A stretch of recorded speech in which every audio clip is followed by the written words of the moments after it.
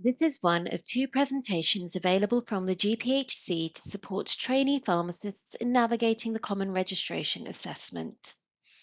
This presentation focuses on preparing for the content of the assessment and includes an overview of its purpose, the structure and format of the questions, the development process, and the GPhC resources available to support with preparation.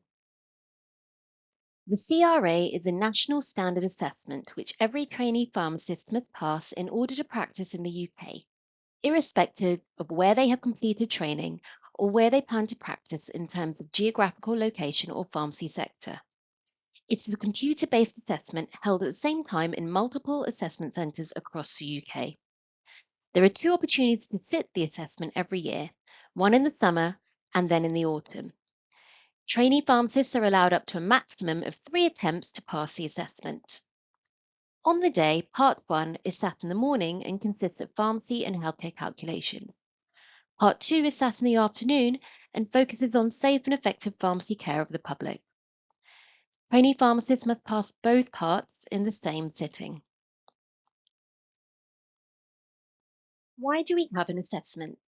The CRA plays a key role in assuring patients and the public that pharmacists have met the required standard of knowledge and skills to practice safely and effectively before they join the pharmacy register.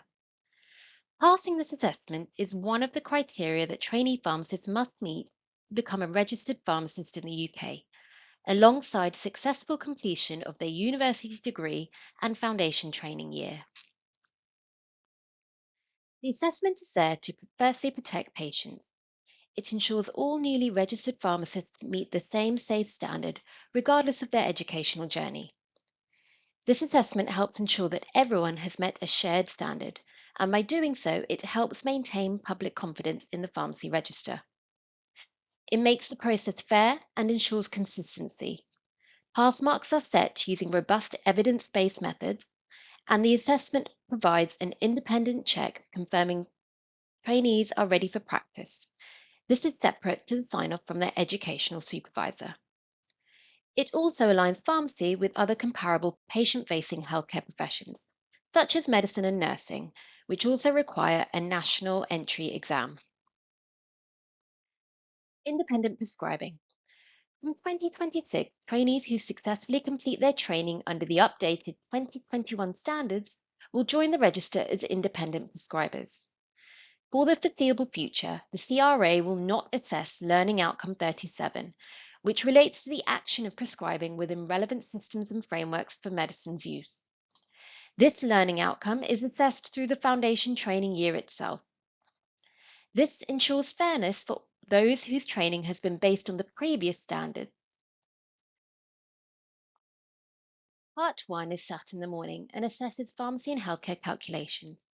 Trainee pharmacists will have 2 hours to complete 40 questions. Some questions will take less time to complete and some longer. Approved models of calculators can be brought to the assessment. A basic on-screen calculator is also provided. Let's walk through the question format in Part 1. At the top of the question is the stem, which provides the relevant information needed to answer the question.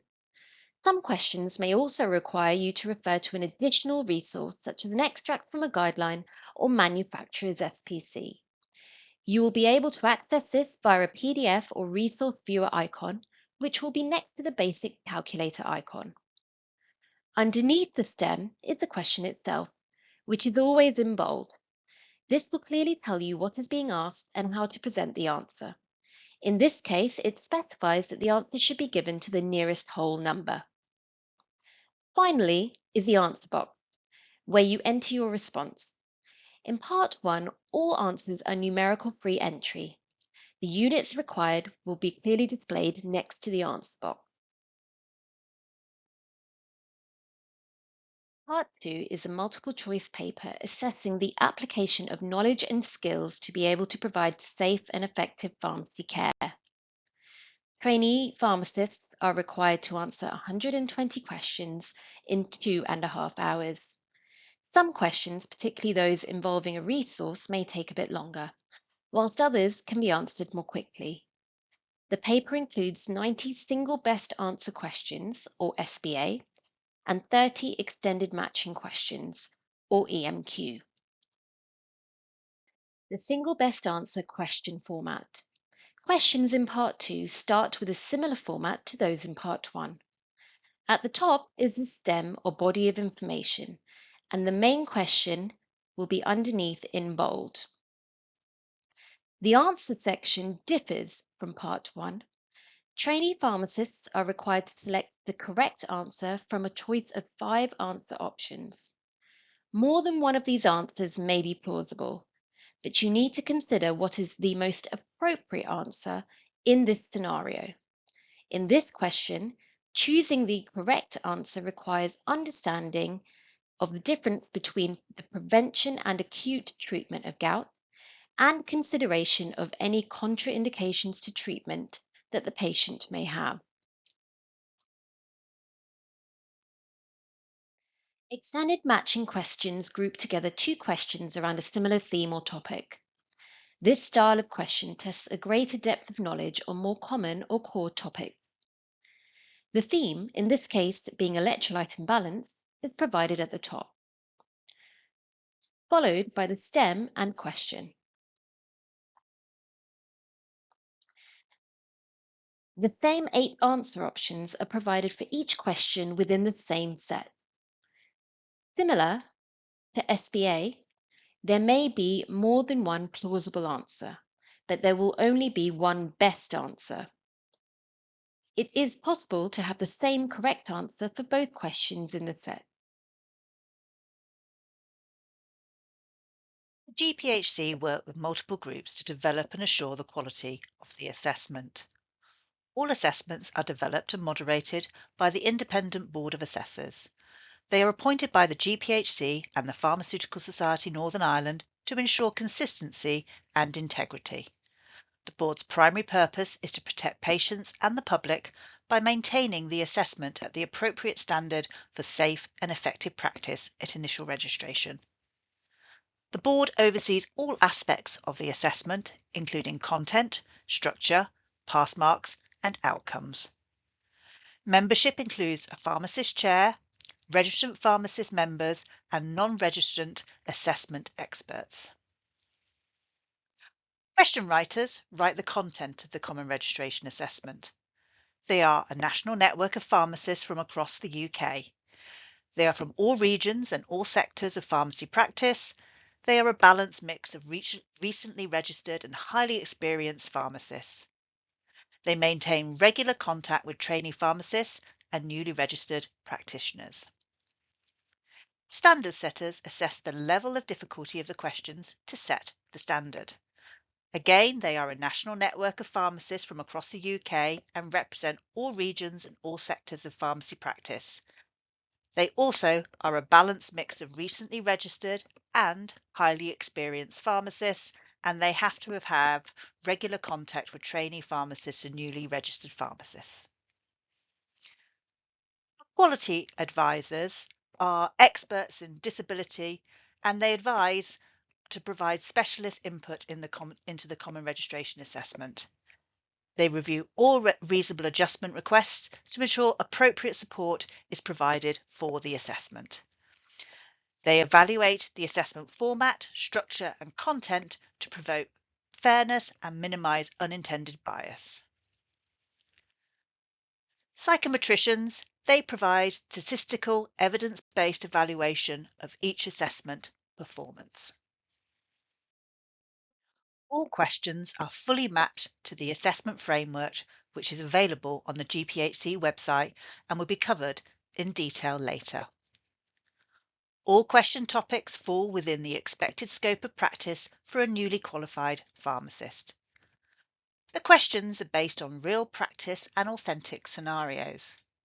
The question topics are relevant, meaningful, and not trivial or obscure.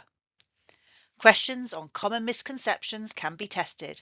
For example, treatment versus prophylaxis. The options are plausible. Questions are not written to mislead or trick, but have one best answer. Each question is designed to assess the application of knowledge in practice. Application of knowledge or applied knowledge refers to the use of learned information, skills and concept in real-world situations to solve problems and make decisions. Questions are written to ensure they do not disadvantage trainees based on differences in statutory or professional practice across the 4 UK nations, such as variations in pharmacy services. You will not be assessed on differences in national policy or local arrangements for the delivery of NHS services. In summary, to ensure fairness, questions avoid content that varies by country or region. Only topics relevant across all 4 nations are included. A standard required to pass the Common Registration Assessment is set using recognised methodology and procedures and is based on the knowledge and skills needed for safe practice at the point of initial registration. During assessment development, experienced standard setters review each question. For every question they ask, would a just safe, minimally competent newly registered pharmacist be expected to get this question right? Standard setters make an informed judgment on how likely that just safe, minimally competent trainee is to answer the question correctly. They would expect a very high number of minimally competent trainees to identify a simple drug allergy. A more complex question that may have multiple thought processes, such as a drug interaction, contraindication, data interpretation, followed by a decision, fewer minimally competent pharmacists would be expected to get this question correct. The pass mark for each assessment is a number of questions you need to answer correctly to pass, and the pass mark can change each sitting. The pass mark is based on the knowledge and skills needed for safe practice at the point of initial registration. No multiple choice assessment composed of different questions can be of an identical level of difficulty. The selection of different questions creates some slight differences in the level of challenge in different sittings. Due to the standard setting process, the standard to pass the assessment is the same for every sitting. If the assessment is harder, the pass mark will reduce. An easier assessment and the pass mark, so the number of questions you need to answer correctly to pass, will go up. The GPhC has rigorous quality assurance checks, and the statistical analysis of every question is reviewed by the Board of Assessors to ensure fairness. Let's work through an example of why the pass mark can change each sitting. Assessment A is quite straightforward, and the pass mark for Part 2 might be 83 out of 120. Assessment B is a bit harder, and the pass mark might be 77 out of 120. In both assessments, the standard is the same. Trainees still must show the same level of competence. The pass mark is not moved to make more or fewer people pass. The pass mark is not based on how well trainees usually perform. The pass mark is not based on workforce demands, and the pass mark is not based on how many people are expected to pass. A trainee pharmacist who obtains the pass mark has met the standard to pass the assessment. The standard is the same for each assessment, but the pass mark can change. The Common Registration Assessment is continually developed to ensure it is up to date using evidence-based methodology and to ensure it is fair. The GPhC have undertaken numerous equality, diversity and inclusion reviews to ensure the assessment is fair. An example is an EDI improvement, an equality, diversity and inclusion improvement project, which is an analysis of the diversity of skin images used within the Common Registration Assessment. Underrepresentation of darker skin tones is recognised as a source of bias that can contribute to disparities within healthcare. Since July 2021, the GPhC have worked with partner organisations to diversify the range of skin images included in the assessment. Since 2016, the Common Registration Assessment has incorporated 101 skin images supporting broader representation in the clinical assessment. Another example of an EDI improvement project was an evaluation of questions performance between candidates with the same ability. An analysis of the Common Registration Assessment from 2021 to 2023 included data from 10,767 trainees. 6 variables were examined. These were age, country of foundation training, ethnicity, School of Pharmacy, sector of foundation training, and sex. The findings found that there was no bias linked to protected characteristics, and the only minimal bias was identified between different MPharm institutions and sectors of training. Questions are reviewed in all stages of assessment development to remove potential bias. Key resources that you should be aware of when preparing for the content of the assessment. The Sitting the Common Registration Assessment section of the GPhC website contains the key resources and documents for the CRA. We advise trainee pharmacists to familiarise themselves with these resources as part of their preparation. Firstly, the Common Registration Assessment Framework sets out the key topics, skills, and knowledge areas that could be tested. A short video featuring key highlights of the framework is also available in this section of the website. Secondly, the set of example questions can help trainee pharmacists to become familiar with the assessment style, format, and level of difficulty. Answers are provided in the example questions guide, and a video walkthrough is also linked in the same section. The Board of Assessors' feedback and key learning points are published after each assessment sitting. And the question writing manual outlines how questions are developed to a consistent format and quality. The GPhC cannot endorse any external resource as we're not involved in their development or quality assurance processes. The Common Registration Assessment Framework has been updated for 2026. All assessment questions are derived from this updated framework. They are designed to assess how you apply your knowledge in everyday practice at the level expected of a day one practicing pharmacist.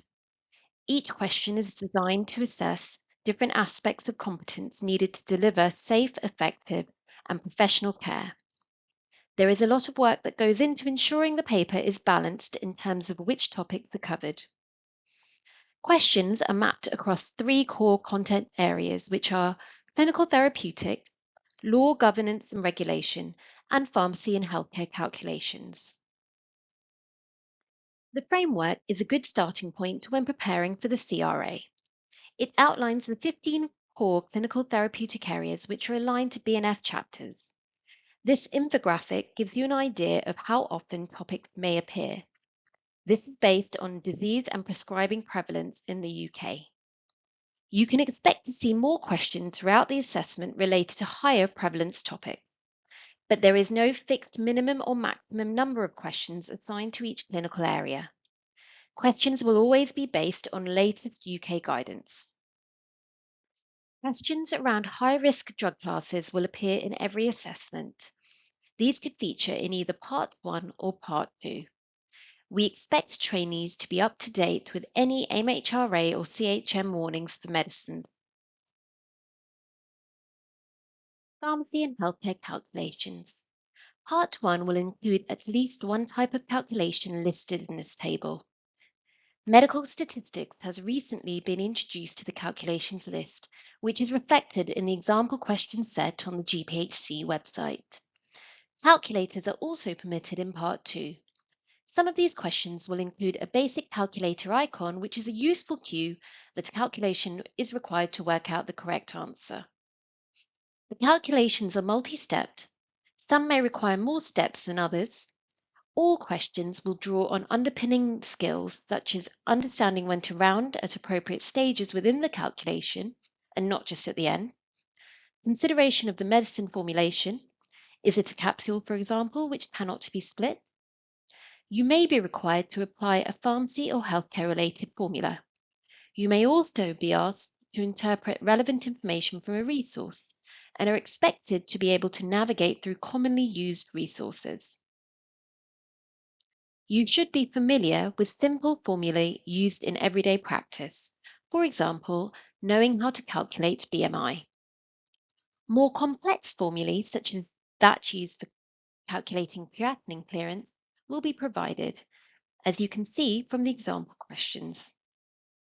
Example questions are provided for both parts of the assessment and can be accessed via the Preparing to Sit the Assessment section of the GPhC website.